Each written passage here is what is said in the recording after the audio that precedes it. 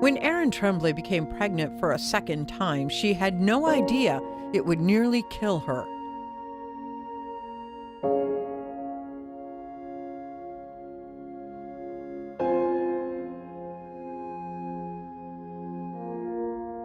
With the little one still in diapers, her second pregnancy took a turn for the worse in her last trimester.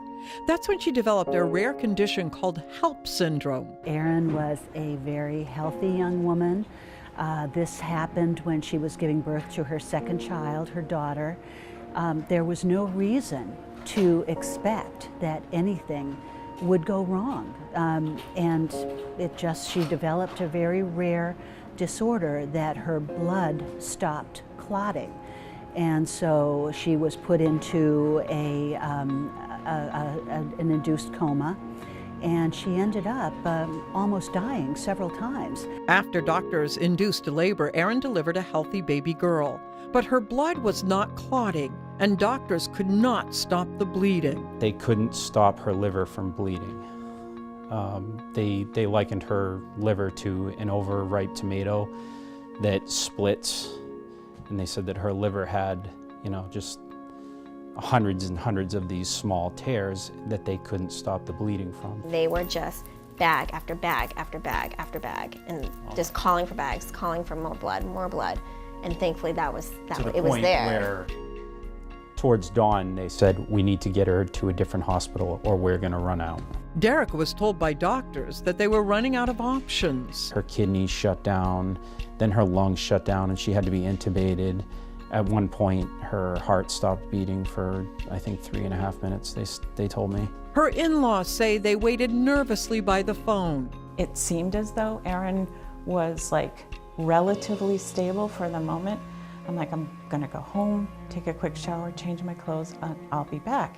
And just in that brief period of time, Derek was calling me and saying, Mom, you need to get back here right away. They're having us say goodbye to Erin because she's not gonna make it. And the doctor said everybody has to come in and say goodbye. And I remember Derek telling the doctor, I want the baby brought down to be with her mother before we let her go. And I mean, the entire room was just crying. A quick-thinking nurse suggested a last resort.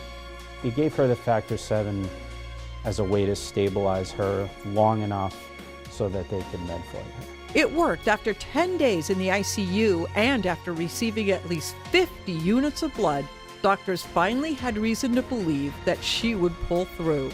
I'm very grateful that there were people at the Red Cross and anonymous donors for that matter, that take the time out of their day to go and donate blood so that lives like my wife's can be saved.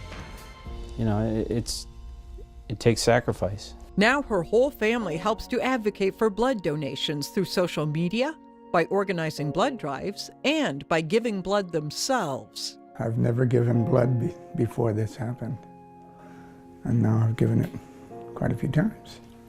It changes your outlook. Yeah. Without that, Erin wouldn't be here.